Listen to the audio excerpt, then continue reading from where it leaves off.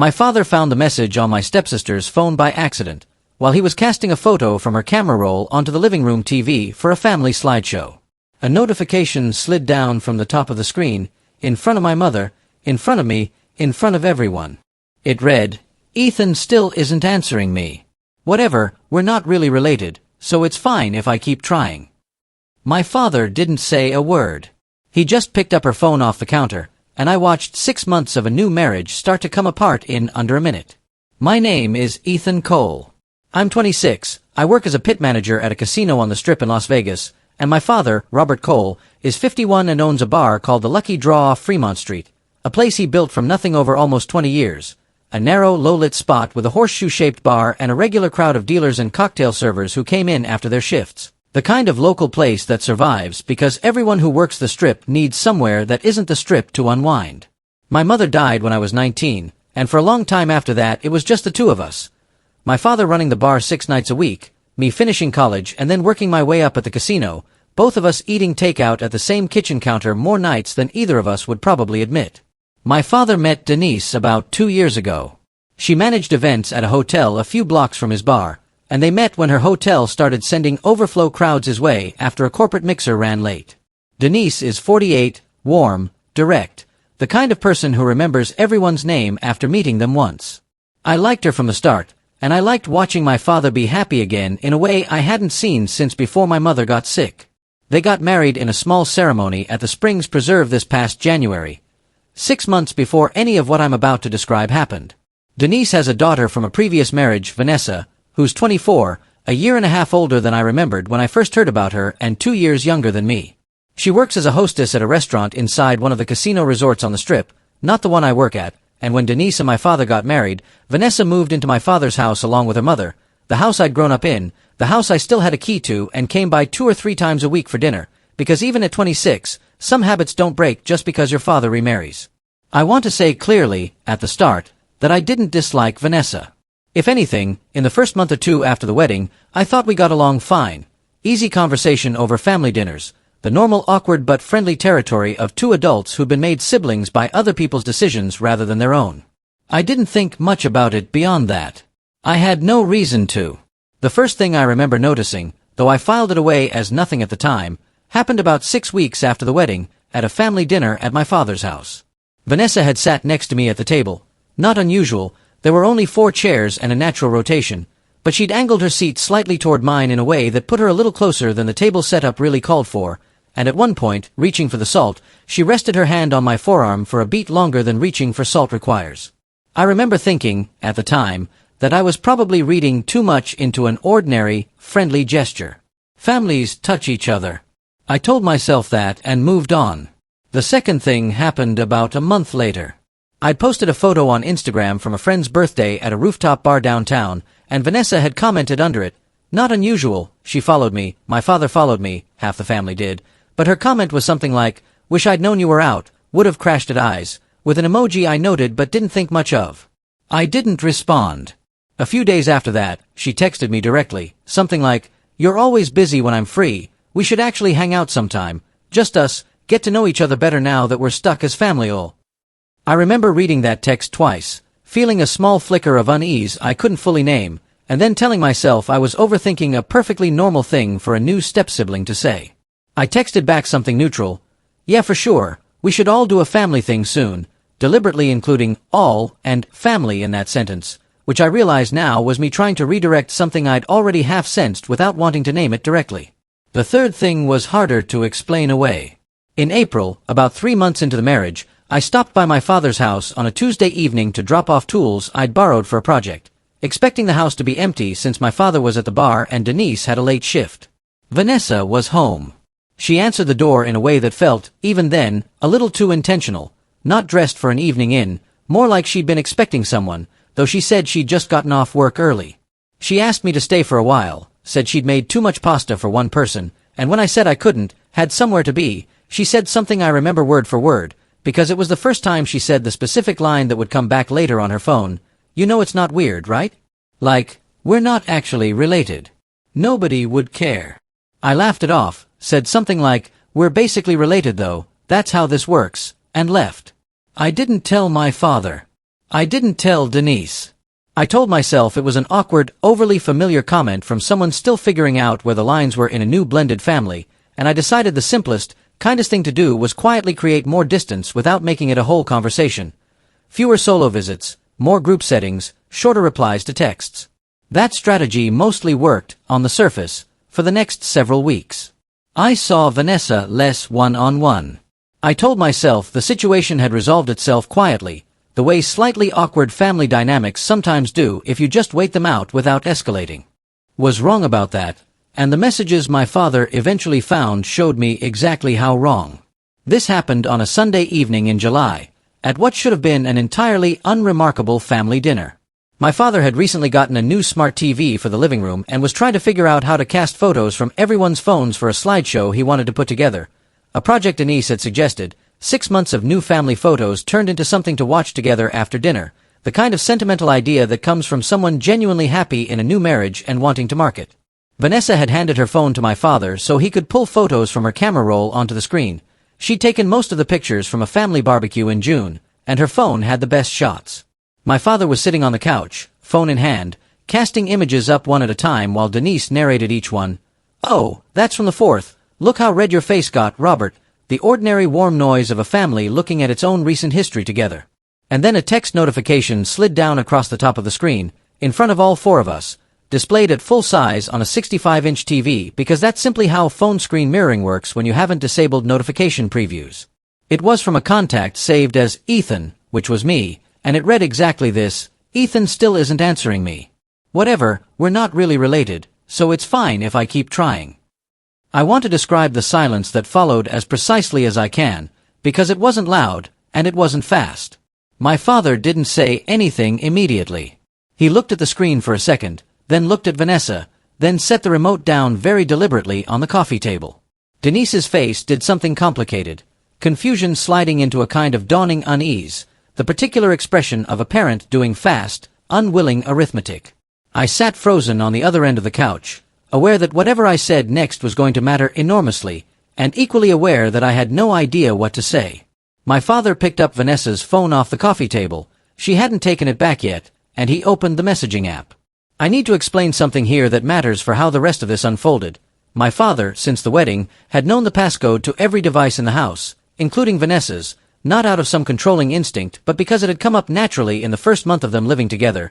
Denise had asked him to help set up parental controls on the house Wi-Fi router, and in doing so he'd ended up with everyone's device passcodes written on a sticky note in a kitchen drawer. The kind of mundane household admin detail nobody thinks twice about until it becomes the thing that reveals everything.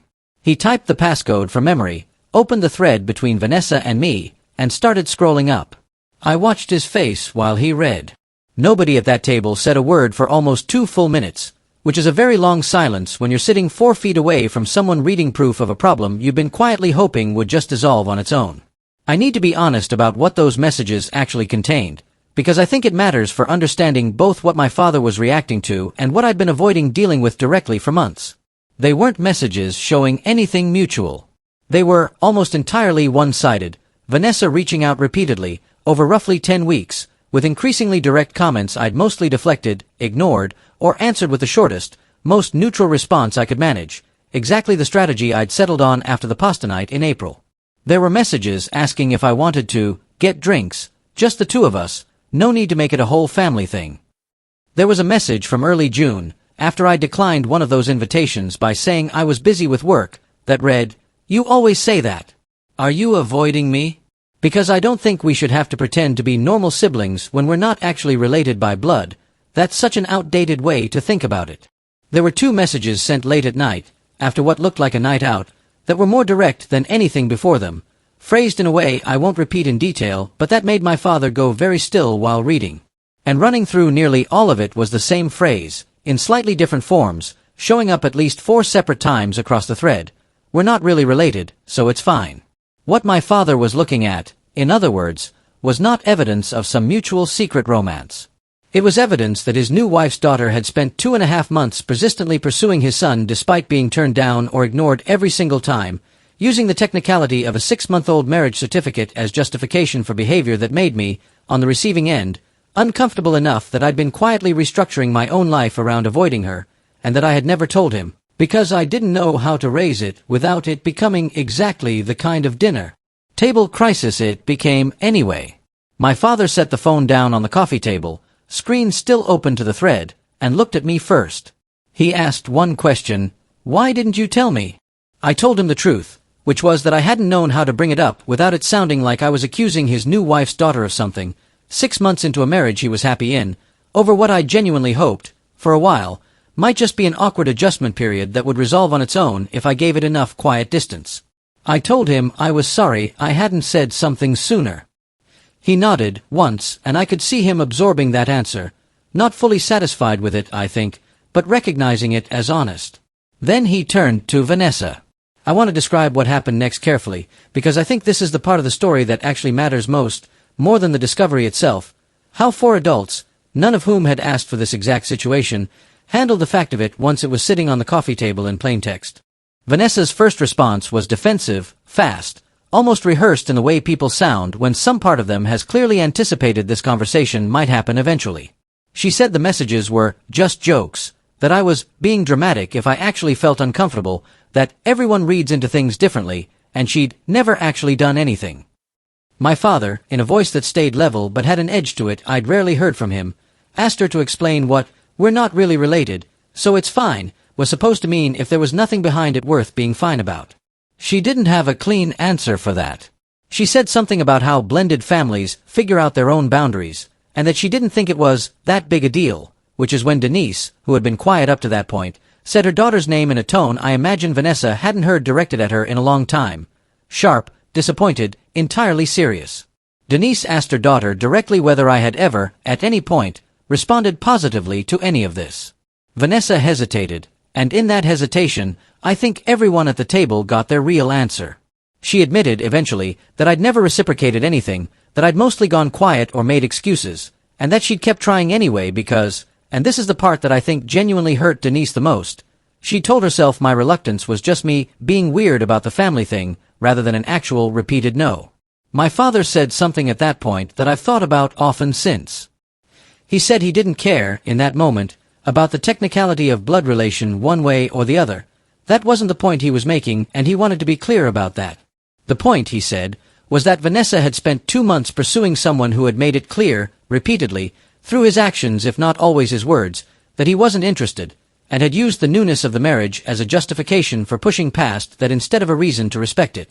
He said a family, any family, blended or not, runs on people being able to trust that no means something, and that trust had already been broken in his own house before the marriage had even reached its 6-month mark. Denise didn't defend her daughter in that moment, which I think took a kind of courage I hadn't fully appreciated about her until then. She sat with her hands folded on the table and said, quietly, that she was ashamed, and that she needed some time to figure out how to talk to her daughter about this away from the rest of us. Vanessa left the table before dessert was ever served, and the slideshow my father had been building all evening stayed frozen on a photo of the 4th of July barbecue, 6 adults smiling at a camera on a night that, in hindsight, was closer to the end of something than any of us realized at the time. I wish I could say the family found a clean way through this, but the truth is messier and slower, and I think that's a more honest ending than a tidy one would be. Vanessa moved out of my father's house about 3 weeks later, into an apartment with a coworker from a restaurant, which Denise told me was framed to extended family and mutual friends as Vanessa simply wanting her own space now that she was 24, a plausible story, and not entirely false, just incomplete. I don't know exactly what was said between Denise and Vanessa in the days after that dinner, and I've never asked for details, because I think that conversation belonged to the two of them and not to me. What I do know is that my relationship with Vanessa essentially ended that night and never really recovered. We see each other now maybe twice a year, at whichever family gatherings are unavoidable, a birthday, a holiday if the scheduling lines up, and the conversation between us stays surface level and short. There's no dramatic hostility, no shouting matches at family events. There's just a wall that went up in July and has stayed up since, polite on both sides, and I think, if I'm honest, permanent. The harder cost was between Denise and my father, and this is the part of the story that still makes me sad to talk about, more than anything involving Vanessa directly. Their marriage didn't end. I want to say that clearly, because a lot of these stories end in divorce and this one didn't, but something in the ease of it changed. Denise carried a visible guilt for months afterward, a kind of overcorrection where she'd apologized to my father unprompted for things that had nothing to do with her, as if she were still trying to make up for a debt that wasn't fully hers to pay. My father, for his part, never blamed her outright, never once said he regretted marrying her, but I noticed him being more careful with me for a while, checking in more, asking more directly if things were okay, in a way that told me he was still working through some private guilt of his own about not having noticed sooner what his son was quietly dealing with. They went to a few sessions of couples counseling that fall, which Denise mentioned to me once, briefly, without much detail, and which I think helped, because by the following spring, the two of them seemed to have settled back into something closer to their old rhythm, not identical to before, but steady. I don't think 6 months of marriage is a strong enough foundation to survive a crisis like that without some lasting mark on it, and I don't think theirs did, entirely. But it survived. That's not nothing. People sometimes ask me, when this story comes up, why I didn't say something to my father the very first time Vanessa made me uncomfortable, back in April, over that unwanted dinner invitation and the line about not really being related. I've thought about that question a lot, and I think the honest answer is that I underestimated how much damage staying quiet could eventually do, because I was so focused on not wanting to cause a problem in a marriage my father was happy in. I thought I was protecting something by staying quiet. What I actually did was let a problem grow in the dark for 2.5 months instead of exposing it to a little uncomfortable daylight early, when it might have been a short, awkward conversation instead of a message flashing across a 65-inch television in front of everyone who mattered. I don't think there's a clean villain in this story in the way some of these stories have one. I think there's a young woman who made a sustained poor decision to keep pushing past a boundary she'd been shown more than once, and I think there's a family, still new, still finding its footing, that got tested earlier and harder than any of us expected 6 months in. My father built a bar out of nothing over 20 years by paying attention to small warning signs before they became big problems. A regular who's had one too many, a bartender skimming the till, a fight about to start before it starts. I think, in the end, that same instinct is what made him stop everything the second he saw that notification, instead of doing what I'd been doing for 2 months, which was hoping it would just quietly go away on its own. It didn't go away on its own. Almost nothing like that ever does. I know that now in a way I didn't fully understand before that Sunday in July, and it's a lesson I don't think I'll need to relearn twice.